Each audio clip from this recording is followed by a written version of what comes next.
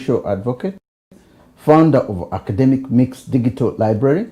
He served for 5 years as Special Assistant to the Governor of Cross River State on Information and Communication Technology and headed operations at the Rainbow Foundation, Project Managers, Port Kotako, UNESCO, World Book Capital. That's 24. You probably have to explain that to us. Yeah.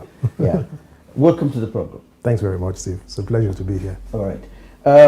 Mr. Kedi Ahedi is the chairman. Is the chairman and publisher of Nigeria magazine, also a London-based lawyer. He's been in the studio here before, so he's not new. Welcome to the program. Thank you for having me. Okay. Now, SARS was created in 1984 to respond to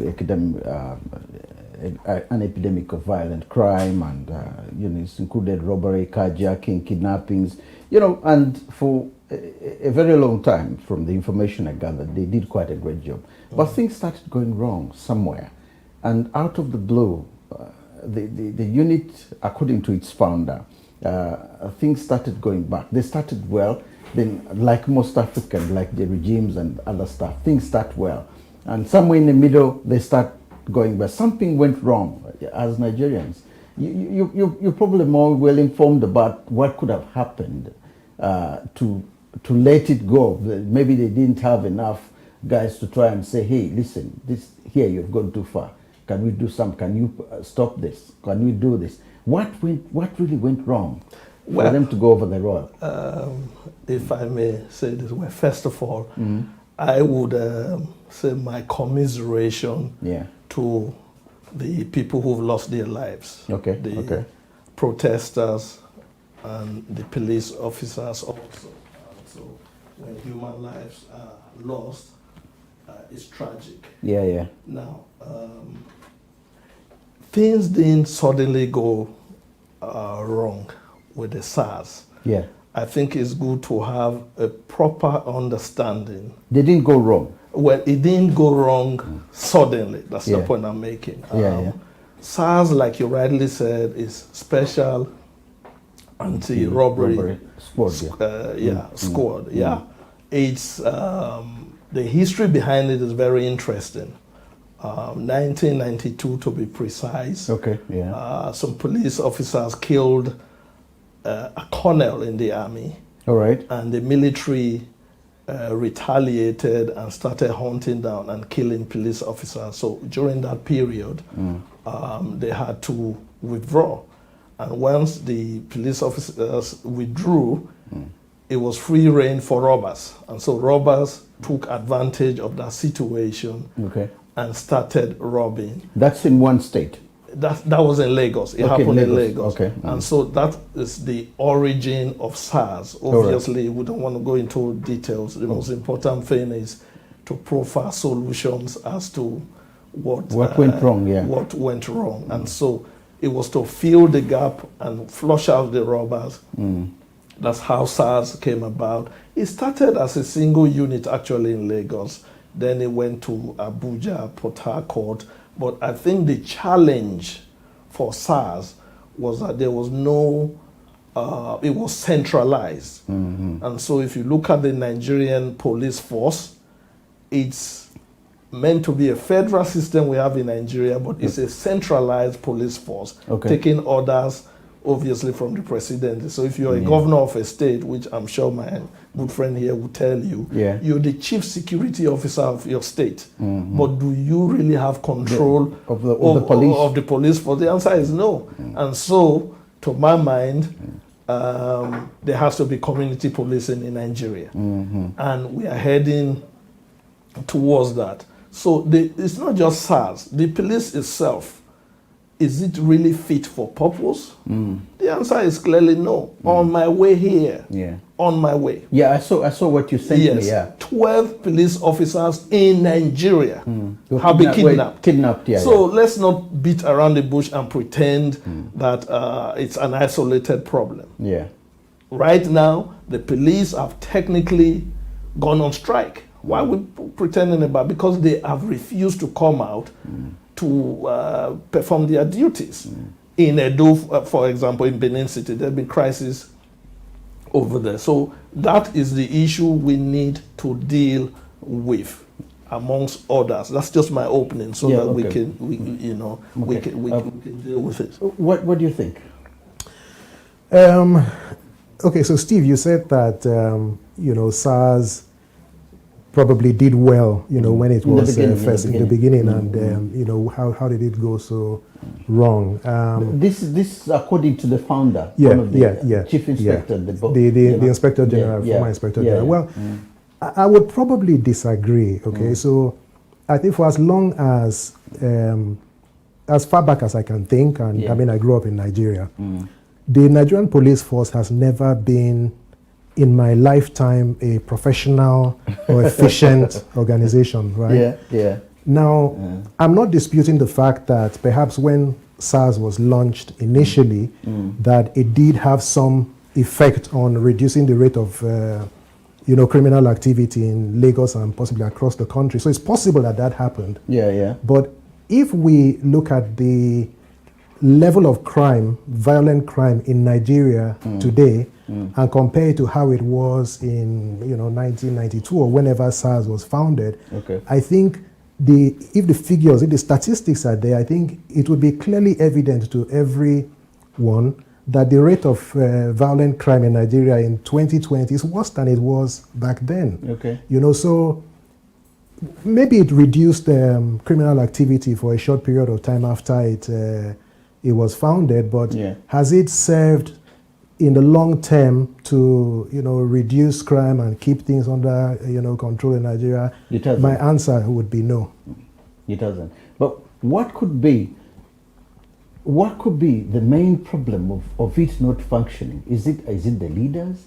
Because when you look at it from what we've seen with the demonstrations, the youth have come out, and one could think, well, I think it's the problem that the youth are seeing and the adults are not seeing. Well, you get my point. So we are looking at it from the angle of the Black Lives Matter as well, where we're saying, hey, we're all watched as this man was being really nailed on to death.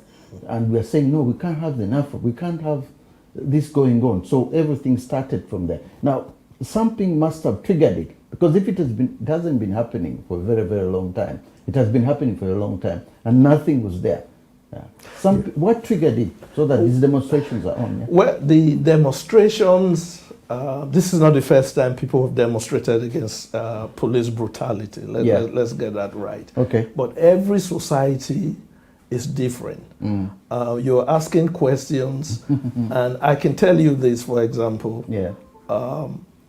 As of today, there is a crisis of leadership globally. Starting from America. Trump is not, we all know what he's doing. Of course. And so when you look at that, and you look at America and compare to Nigeria what's happening, I think it was a spontaneous thing per se when that young chap was killed in Delta State, Ughelli in Nigeria. And the people kind of protested and said, no, we can't have this anymore. But by the way, the youths of Nigeria in 2020 are very sophisticated. It's not the same way we were when we were much more younger. They're quite sophisticated, they're highly educated, they are mobile, and they are global citizens. And so that demonstration was a peaceful protest to say we've had enough, with a combination of several things that's been going on. Now imagine a young chap, man or woman, or a young fella, has a mobile phone. The police stops them and begin to intrude into their privacy, begin to profile them, begin to do all sorts of things. And it just got that bad that the SARS became a criminal enterprise. Let's not mince words. How can a police unit go with a POS, that's a handheld device, to transfer money? Now, so that's, I'm just trying to give you. I do. So that's the challenge. But how do we now say that we're going to move forward? Now, I had one guy, one guy who worked as a police officer with SARS. Yeah. He's here in London. I wanted him to come on the show, obviously, a couple of weeks ago. And then, obviously, he postponed. Then, after some time, he of course, he's cancelled the whole thing. He said, look, I can't mention his name and details, but he felt it won't be appropriate to come and discuss it. Since he's served in it, his pension is still being paid there, he retired. And then a lot of things could come out with the families and so on. Yeah. So I do respect him, and I said, okay, let's forget about it. So he won't come. But among the things he discussed with me at one point, he said, look, first and foremost, the damage was done by the politicians. The governors, the top officials within the government used to call upon us to do their dirty work. And because maybe that's where, because I asked him, where did the force come from? How come you are too powerful that nobody could touch you? He said, no. The politicians couldn't do anything. They were the ones using us. They were actually giving us orders, said, look, so-and-so is having this problem. Go and deal with it. Or help me, there's someone who's doing this and that. So in a way, they were untouchable. So the governors, everybody is to blame, because at the end, as soon as they got too much powers, they couldn't be controlled. Is he right in what he was saying? Yeah, I think he's right. I mean, how could I argue with him? He's talking about his own experience, but I think he's absolutely right. And just, I think, if I'm not mistaken, within the last week or maximum 2 weeks, one of the assistant inspector generals in Nigeria actually said on record that 80% of police officers are currently deployed to protect VIPs. So that leaves 20% to do the actual policing work for the public. Now, we know, you see, I mean, social media is there. So these police officers, these 80%, not my statistic, an assistant inspector general, are people who do a wide range of things. So apart from so-called protection, we've seen situations where police officers are carrying bags for politicians, where they are holding umbrellas for politicians. And it's not just the politicians, the VIPs, we are told, pastors, businessmen. It's wrong. It's absolutely wrong. He has a point. Okay, let me say this. What is the strength of the Nigerian police force? It's 200,000 strong men and officers. Now, if you have, I would say at least half of it. Because I like to use data that is verifiable. Of course, that's as a media person, as a lawyer actually. Even so, and a publisher. But the thing is, when an AIG says that, I would have challenged to say, where is your source? What's your source of data? So 50%, even 20% is quite a high number. And so when you have a police force of 200,000 for a population of 210 million people, it's really low. And then you now have half of them doing jobs that are not really police related. Then it's almost like a business, because if you are getting a policeman or woman to VIP, that is not free. They pay money to get that services. You must as well get a security guard to do that job. So the challenge is, how can the Nigerian police force be reformed? That's where this all going. So we cannot get in a blame game and not sort it out. We have a federal constitution. Nigeria is a federal republic of Nigeria. As far as some of us are concerned, we must have community policing. We must have state policing. And just 2 days ago, the governor of Edo State was commissioned, or in a parade, there was trained 900 special constabularies for the state. That's for Edo State. That's for Edo State. And they were trained by the police, and they have now been assigned to do different roles within the state. 900 is a lot. And so if that's the model that Nigeria should take, it's effective because they are locals. You're not going to be bringing them from Abuja. They are from Edo State, and they will go into their different communities. So if there's a positive in all this, I would say that's the model we need to start from. And it will interest you to know that the Nigerian police force, by section 214 of the 1999 Constitution, is the only police force that you can have in Nigeria. So forget all this Amotekun business, regional thing that they're talking about, security services. You can't have a security force and they're not armed. Yeah, so community policing is the way to go. And Edo has done it. Maybe the rest of Nigeria should take you from that. I think it needs to be spread around. Now, I was also looking at the budget of the police force, and I couldn't believe 447.6 billion naira is allocated to the entire Nigerian police force, and half of the money was going to SARS, to the unit. And now, would there be a vacuum? Because this has worried me. If they are going to be redeployed in other areas, and they will be taking this huge amount of money for the entire country, and suddenly they are no longer in existence. They have formed a new organization, a new one, SWAT. And obviously this one will take quite some time to become effective.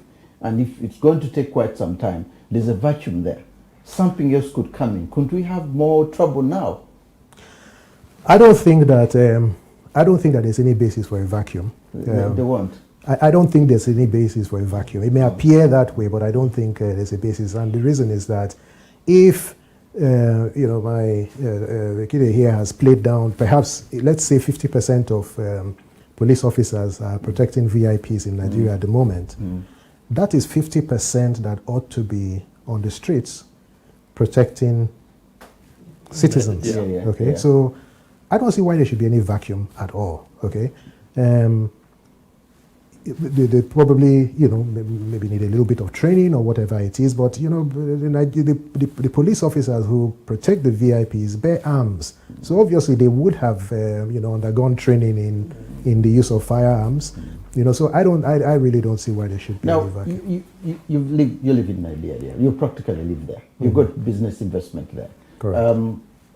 When you look around and you see what's going on around the country, and you're seeing that, okay, certain states in Nigeria are policed differently from other states.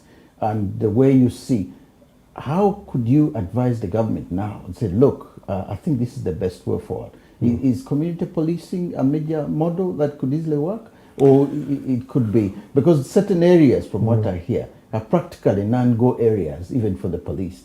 It's like the way America was years ago in New York, where certain areas, people are guarding their own cycles. They don't want anyone else in those areas. The Jews, the Italians, and even the African Americans in Harlem. There were areas at times when they would say, no, we protect our own. Is that coming up? Because certain areas of Lagos, this thing was being discussed. People were forming what are they called? Vigilantes to guard their villages and towns, because especially this happened during the elections, because I was talking to Alistair Soyede, and he was saying there were certain areas they were trying to go through during the elections, and people were saying, hey, no, we need, we don't want you around here. Because at the end of the day, you're coming in with your troubles. We don't want those. We are peaceful areas. Could Nigeria come to that? What I think is that the Nigerian police force as an institution needs to be reformed. The whole institution? The entire institution. That's why I said it's not fit for purpose. Yes, it's not fit for purpose. That's absolutely true. And this is just one among several institutions in Nigeria. So we're just focusing on this one, right? So it's not just about SARS, it's about the entire institution. And unless reforms are put in, start and driven across the entire organization, we cannot expect anything good to come out of that institution. It doesn't matter what name they call, whether you call it SWAT or you call it SARS or you call it doesn't matter. And I agree with Kide here that I think, moving to a more community-oriented police force will be much better. Will be much better, because what tends to happen is that you may have officers from, a certain part of the country deployed across to a different part of the country. They have no ties to that location. Nobody really knows them. And they can do certain things, and easily get redeployed elsewhere, But if we are able to move to, state policing, even though that will come with its own challenges where, governors may want to control the police force. But, I guess there's no option that you would go with that would not have its own challenges. But I would think that would be a better model where you're the police officer, they come from within the community, and they are responsible for policing, and it's a model, like I said, that would have its own challenges, but I think those are challenges that we can. Edo is pointing the way forward. I think so. I think so, but like he said, the Constitution allows for the Nigerian police force with a center in Abuja, so there will always be limitations to what those type of constabularies can do unless there is an amendment to the Constitution.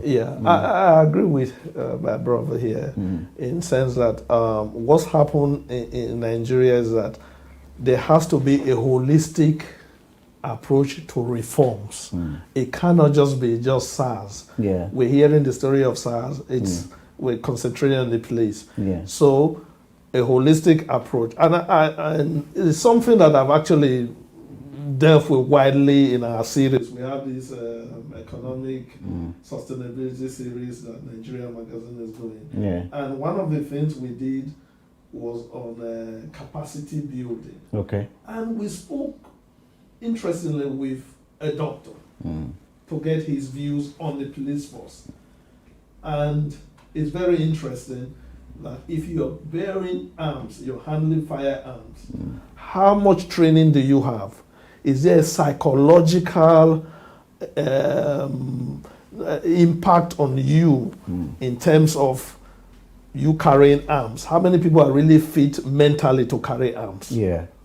And so that's another aspect that we've not looked at. Are they constantly checked? Exactly. Are they constantly checked? And then the environment, is it really helpful? So if you're a police officer, you're on a checkpoint, and you've been there for 2-3 days, or like he said, you're deployed from different parts of the country, there's no accommodation, there's really no feeding allowances, nothing. And you expect such a person, and I'm not giving excuses for them, but they're human beings. Of course. And we want a responsible police force. And when the police officer dies in the course of duty, does the family get insurance? Do they get anything? Are they thrown out of the barracks? Have you seen a barrack in Nigeria where police live?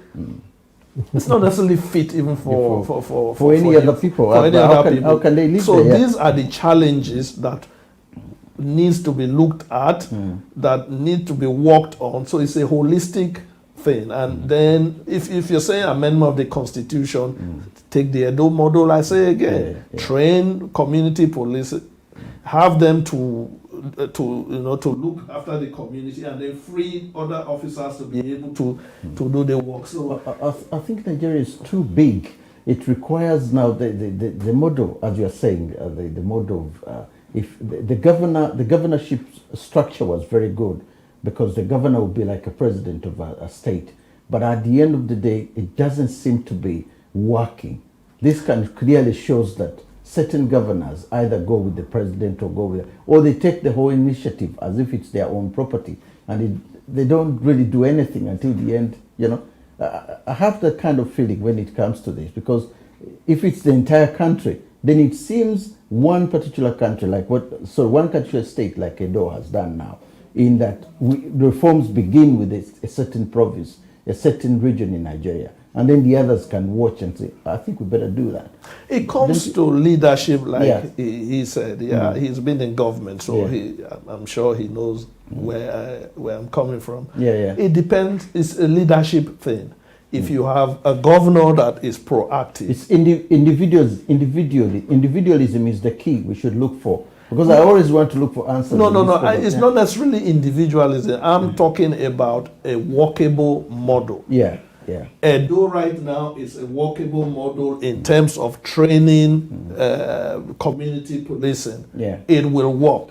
Zamfara, I'm told, are planning to do 2,500 also. So the states should just follow a model that is working. Okay. And so that's how I see it. By the way, I can't say Nigeria is big as big. What is the size of Nigeria compared to India, compared to Brazil? No. You know, so no, I don't think we should rationalize sometimes failure because of size. It has nothing to do with size. Yeah. It's pure failure of leadership. That's the challenge we're having. Okay. And until that is resolved, then let's not... No, I think the biggest problem that I noticed over the years, with, not just with Nigeria, but with most of the African countries, is to do with the centralization. Because the central government, the government in the central, tend to take things in a different way. Like what you're saying about the model in Edo now is quite good, but then you find that Lagos has a different model. And another state, Kano, for example, each one have different states. And if the central government doesn't say, for example, that this is what we all should follow, then everybody's for everybody. You get my point? Everybody's for himself in what they are trying to do. So the idea is, if each individual states take a certain stand, like what you're saying about Edo, then the chances are the others are going to watch and see what's happening, and they'll follow that. Don't you think so? Yeah, quite possibly. Yeah. You know, but I guess it still points back to what you can do within the framework of the Constitution, right? Okay. But absolutely, I do agree. I mean, the states, I think over the years, states have had, you know, some of the states have had visionary, you know, leaders. You know, my state in particular. Cross River State. Yes, you know, between, you know, in 1999, you know, we had a young, very dynamic governor who, you know, came into office. And you know, the state became a model for cleanliness, for hospitality, that sort of thing. And, you know, a few other states took a cue from that. You know, things like that, obviously, you can do quite easily. But when it comes to security, you know, there are certain limits based on the constitutional framework of the country. Okay. Now, I want to move over a bit here. There are more women who took part in the demonstration than the previous demonstrations in Nigeria. This it shows something which has come up. Could it be education? There are more educated women now, or could it be that the freedom has moved on in the sense that with the education, women are more free now, despite the fact that we still fall in the culture background, but they're more free now to be part of the demonstrations the way they were years ago. Or alternatively, it could be that women have been very squeezed in a sense that this time around they're saying, no, we're not going to sit down and wait. We're going to be part of this. What could be the cause of women taking part in? Because this amazed even Amnesty International in Nigeria when they realized that there are more women demonstrators almost than the men. Well, it shouldn't surprise anyone. Nigeria has a high level of a very educated young men and women. Well, it could be the population of women has gone up. It has nothing to do with the population per se. It's just that you have a situation. It's a generational thing. Oh, okay. Okay. Well, I have a daughter. My daughter is 25, and I have an older son and a younger one. So the thing is, with their generation, they are very assertive. Yeah, as you said at the beginning. Yes, so they're very assertive, and they believe in their right. But it's very interesting that the demonstration was driven by educated young men and women, focused, they knew what they wanted. And then, but within the country, how was it in the northern part of Nigeria? Are they still bottling up some of the things they do have, but they are scared of coming out? So again, you have to balance it. But I don't think women per se in Nigeria have never really spoken. It would be very interesting to note that the people who have led riots not riots, sorry, I take that back, that have led protests in Nigeria have been women, actually. Really? So look, let's go back to 1929. The women, no. Yeah. It was a watershed in Nigeria's protest movement. Yeah. The women in Aba protested against high taxes. Yeah. And the quote unquote Aba riot of 1920. No, it wasn't a riot. They protested. Aba is the state, yeah. Aba is the capital of It's the well, it's in Abia State. Abia, It's okay. the commercial, Yeah. of Abia State. And in 1929, the women protested against the British unfair taxation. One of the foremost leader, men or women, was Fumilayo Kuti. That's Fela's mother. Okay. Yeah? Yeah. Margaret Ekpo has an airport named after her in Calabar, Margaret Ekpo International Airport. So Nigerian women have always been in the forefront of leadership. That's fact. Okay. And it's surprising to you now, isn't it? Yeah, but the thing is, but you don't put them up. You don't put them up in front. This is the thing, because I looked at the cultures. Don't really. Maybe they have that area where they are so royal to such an extent that they are not really put up at the forefront, because we hear of one or two. We don't really hear a massive one. Yeah, let me add to what he said. I think the issues that brought young people out on the streets in Nigeria didn't only affect men. Yeah, it they affected women. Yes, the women had their own experiences to tell also. And interestingly, a strong force behind supporting the movement was the Feminist Coalition of Nigeria. Okay. They raised over 145 million naira to support the movement, and kept track of how everything was spent. Yeah. And apart from that, these were peaceful protests, and women felt comfortable to come out because they were peaceful, and they were protesting into the night, into the hours of the night, and people came out for united, in protest against a common cause that they all shared. And it was a safe space.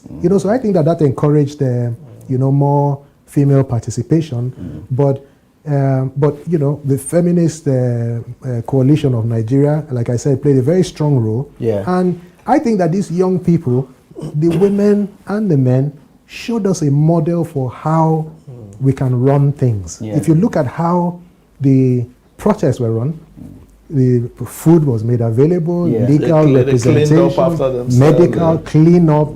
I think that they showed us a model of governance. Could this future be the future as we are looking at the future, not just of Nigeria? A president can easily be deposed using a mass kind of demonstration like this. I think we have to be careful. Let me quickly stop you there. No, I will, because I don't think the purpose was was for regime change. It wasn't.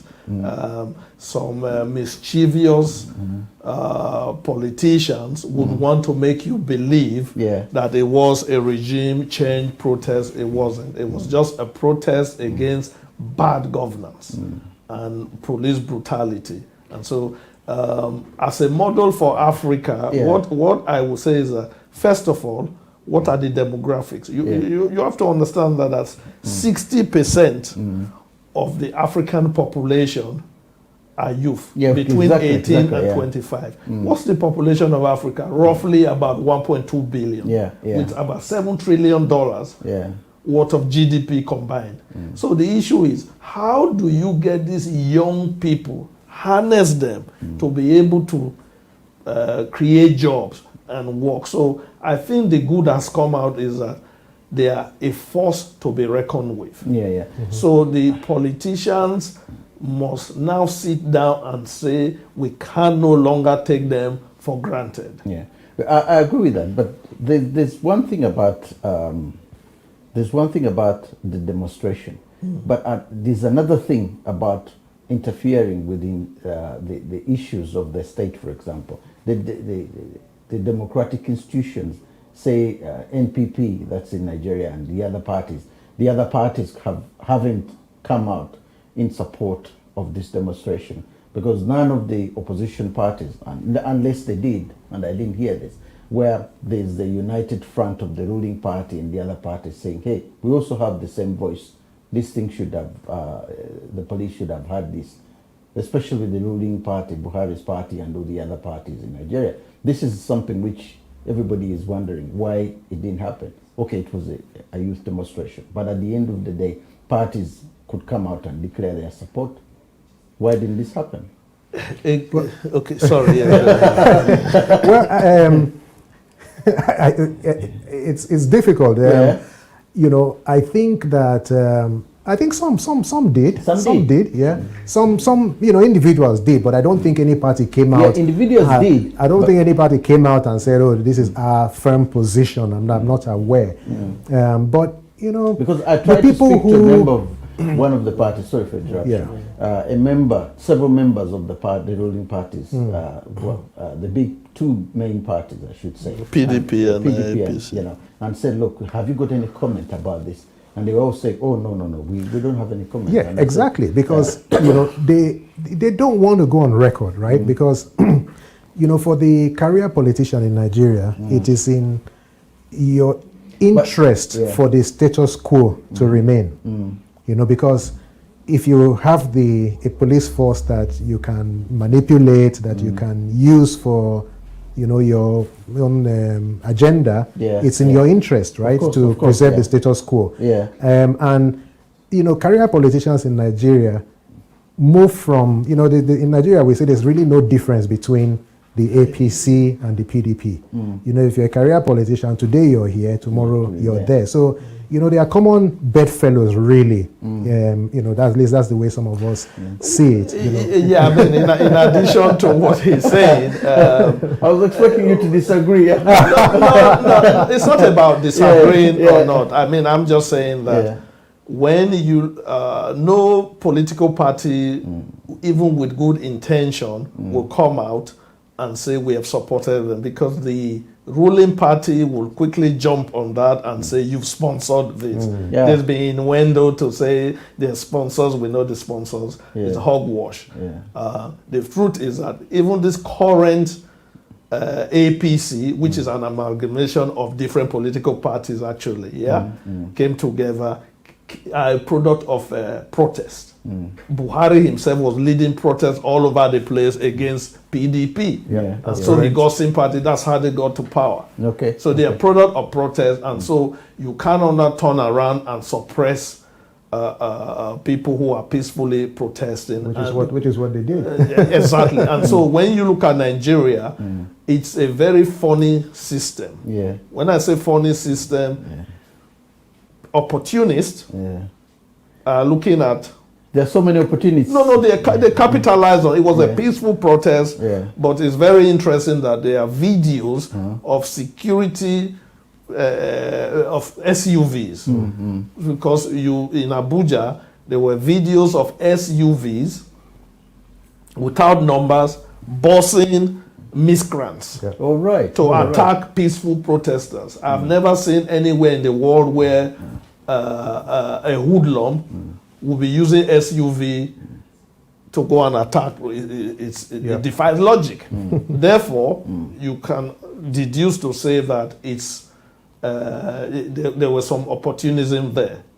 You can't trace it to one individual, but there are videos to show that they were being taken to attack peaceful protesters in Abuja. Even in Lagos, hoodlums were taken in a bus to attack peaceful protesters. So I want to make it clear that they were peaceful protesters. Was it hijacked? Of course it was. What was the motive behind the hijack? We don't know. But at the end of the day, it turned nasty and people died. So we're not going to pretend that people died. Nigerian Amnesty International is made something which is most like a statement. Say, look, maybe out of the about 50 to 100 people who were killed in Nigeria over a period of by the SARS police, maybe there should be an outside investigation, outside investigators to come in and investigate some of these murders. Is this something the two of you would support? getting an outsider to come in and, you know, because other African countries have done this. Yeah, so, you know, the question would be, what would be the purpose behind it, right? The Nigerian government seems to have come out to, you know, strongly affirm that nobody died, or, you know, maybe one or two people died. You know, they've totally disputed. Now, I don't think that Amnesty International would have... They're disputing it, but the Amnesty itself, the Nigerian Amnesty, this is an Amnesty from within the country. Amnesty International, Amnesty International. Yes. Within the country, that works in the country. Yeah. It says close to 57 to 90 to 100 people are believed to have been killed over the years. So, and their families are there, and so on and so on. They themselves can't investigate this because the roadblock is closed in front of them. I don't think that Amnesty International, Amnesty Nigeria would come up with figures without some evidence, to back it up. Okay. Now, what would be the purpose of an investigation? I think that it is obvious that people died. I think that one of the ways in which the Nigerian government can, you know, really rise up and show its empathy and its response to the outcry, you know, I think is to just be honest.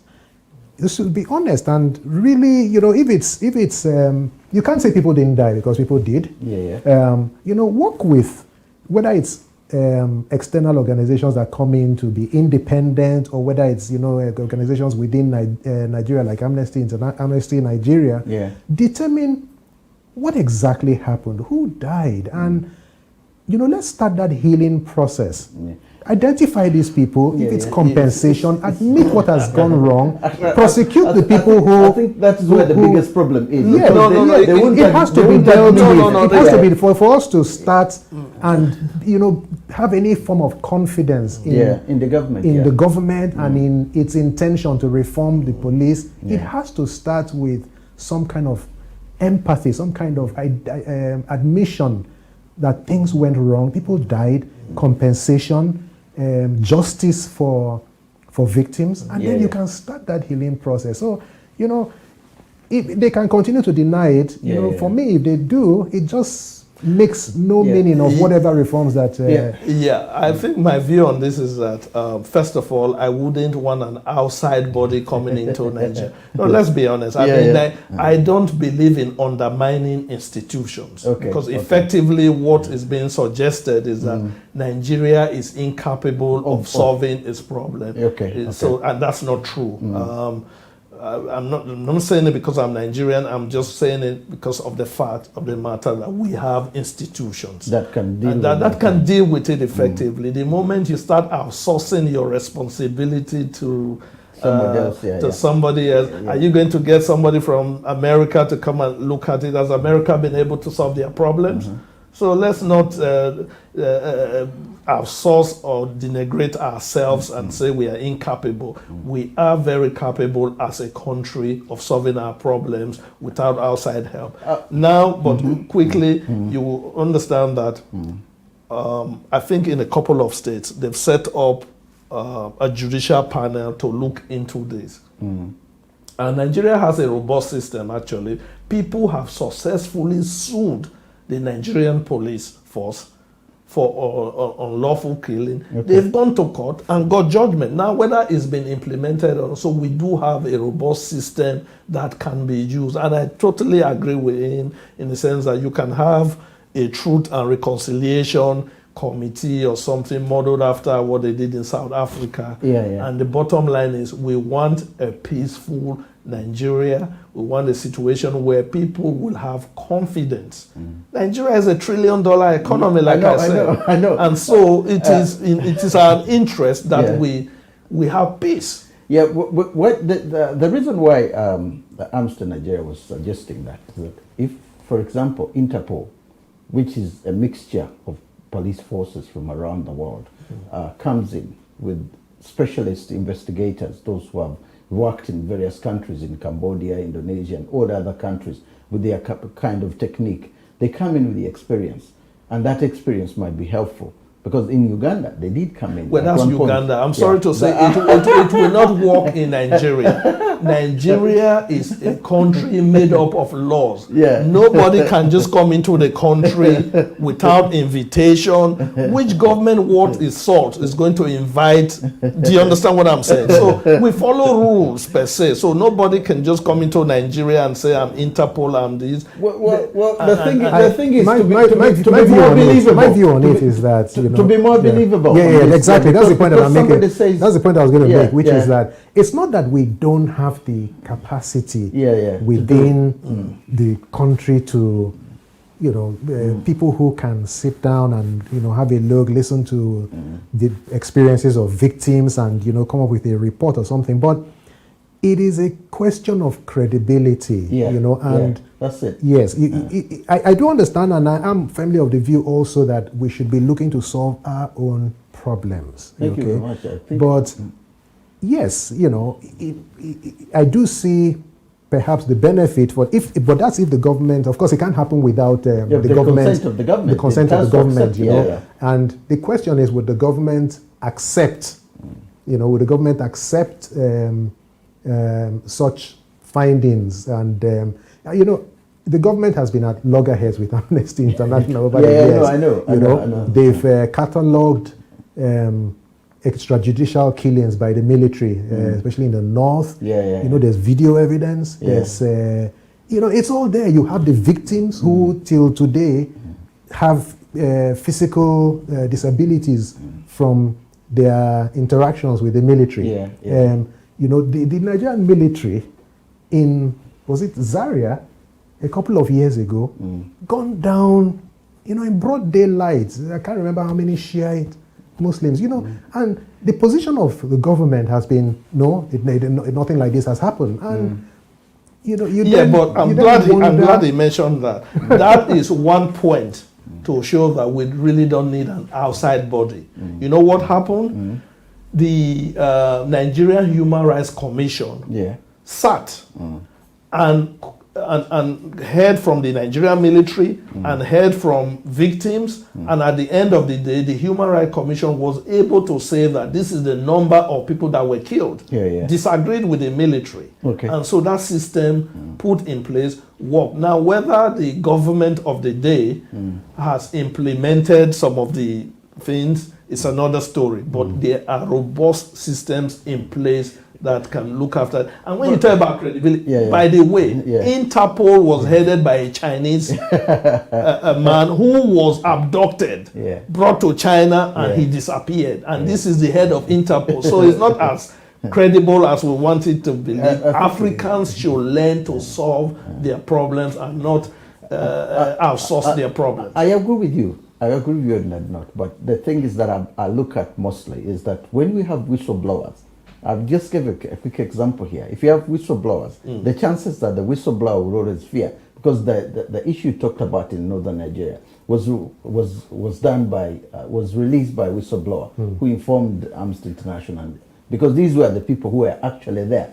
And the same thing, the gentleman I've just talked about in the police, if he talks, the chances are, if he's here, yes, he can talk. But if he's in Nigeria and he talks, the chances are he's going to go out, the family, someone may go out the family. He could easily discuss the areas where things that they did, and this might affect his life and affect the lives of his family. That's why when an outsider comes in, the chances an outsider may not be affected by that. I think, Steve, I think it boils down to lack of political will. I think if political will is there, then you believe that if you come forward with an allegation, with evidence to back it up, that it will be taken seriously. What I think is seriously lacking in Nigeria right now, and has been lacking for as far back as I can remember, is political will. I'll give you an example. Some months ago, maybe 4 or 5 months ago, there was a hearing in the House of Representatives set up a committee to investigate a commission that's responsible for development of the Niger Delta. Yes. And we talked about it. The allegations that came out right there, we were all watching this live, right? And we thought to ourselves, my goodness, heads must roll. Because the the allegations backed up with figures. There was a gentleman who came from Lagos and spelled out how money had been spent and misappropriated. I remember. You know, it provided a lot of entertainment. We were spellbound. That's 4 months back. Nothing.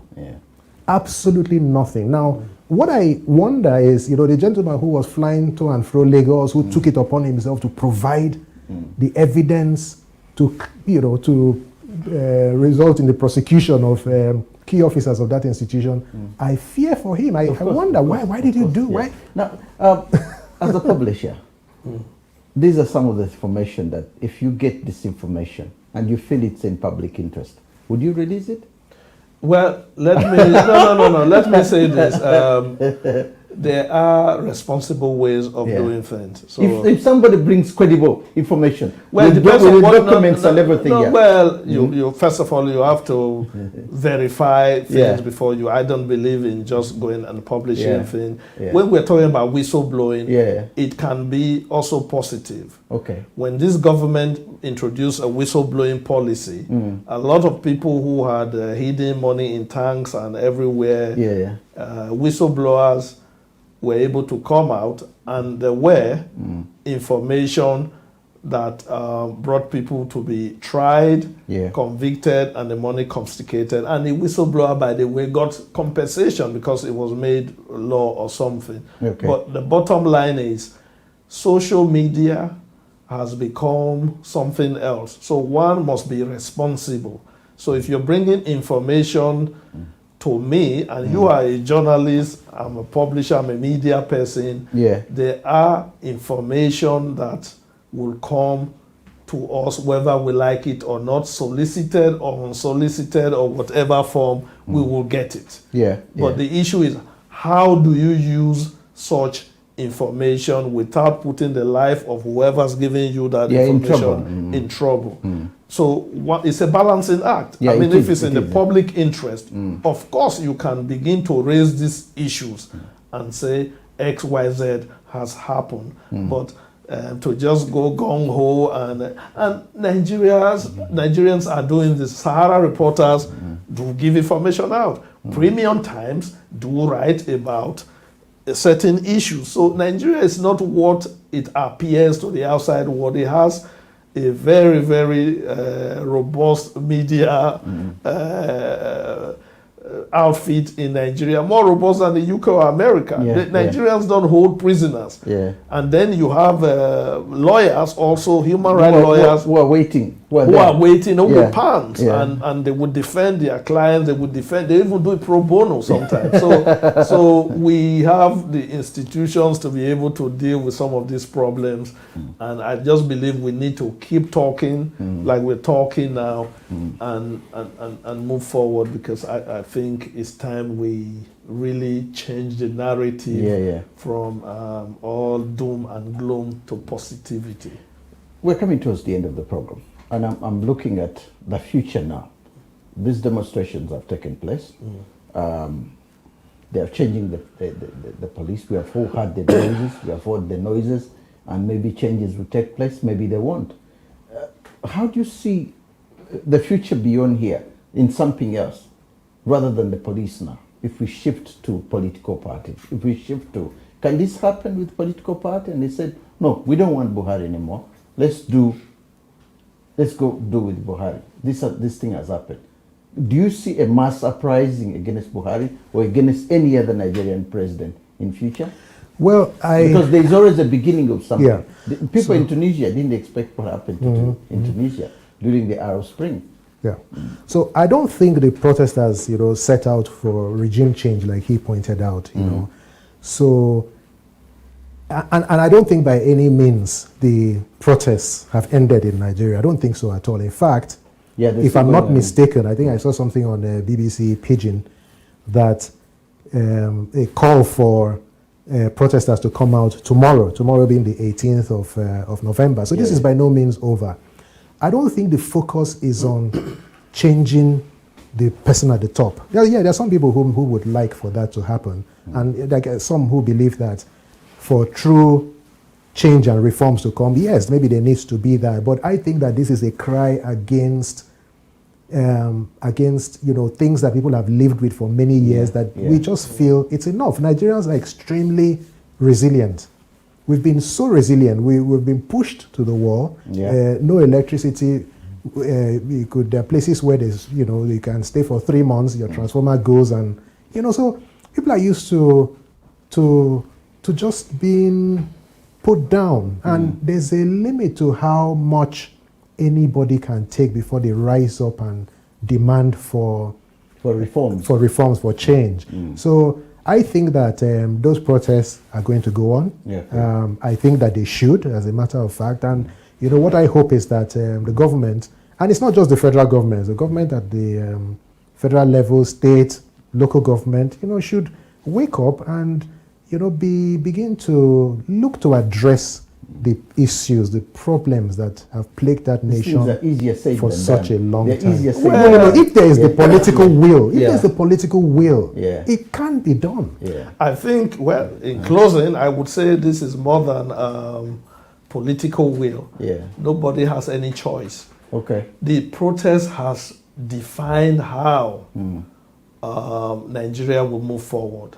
So come 2023, when the presidential election will take place, it is not going to be business as usual. It could be very difficult. No. It's going to be difficult to try to do business as usual politically. That will not take place. As a matter of fact, I will say it again, Edo was the model where people said, you know what, this Godfather business is not going to happen, it will not happen, and it did not happen. That's fact.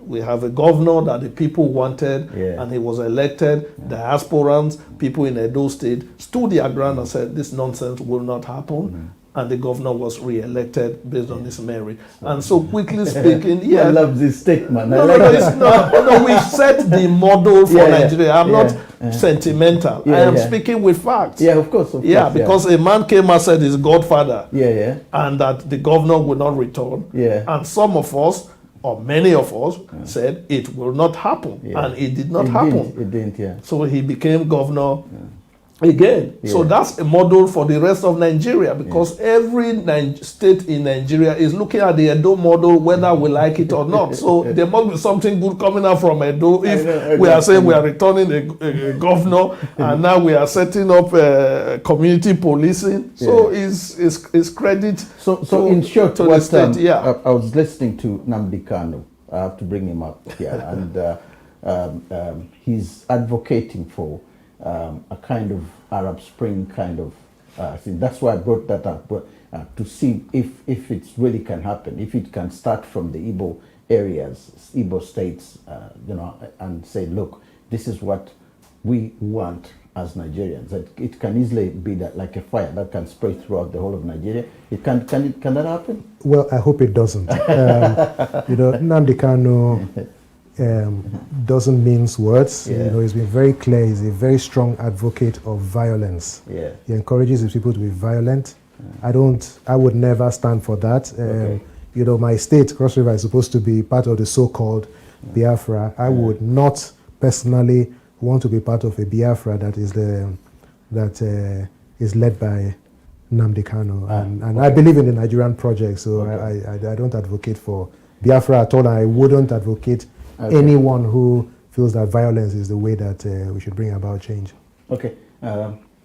Last word.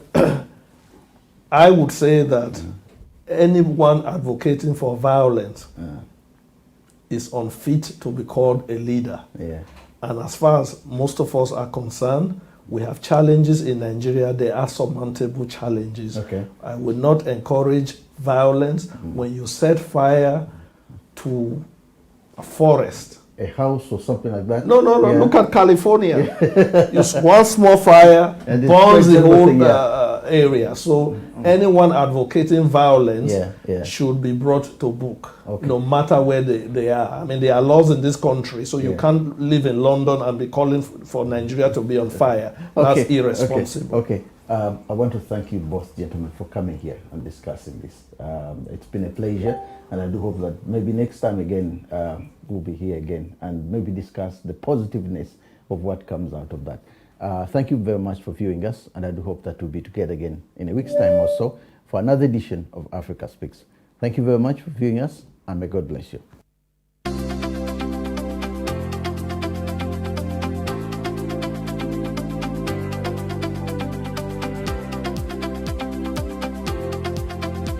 Mandela was in prison. When he was released, everybody thought South Africa was going to go to war.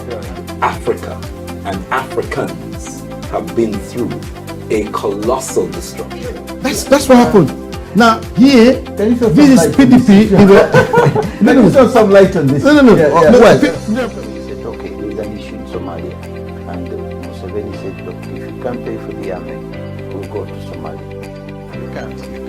Sudan never succeed to quill us into slavery. It never. Over Arabization.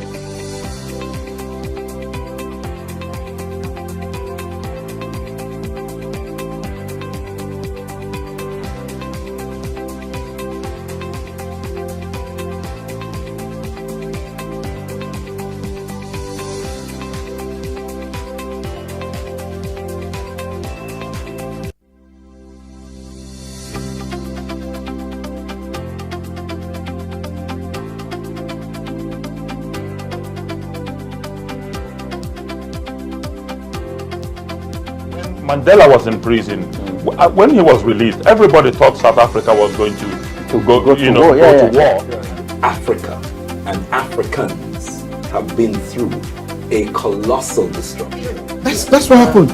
Now here, this is PDP. Let me throw some light on this. No. He said, okay, there is an issue in Somalia, and Museveni said, look, if you can't pay for the army, we'll go to Somalia. You can't.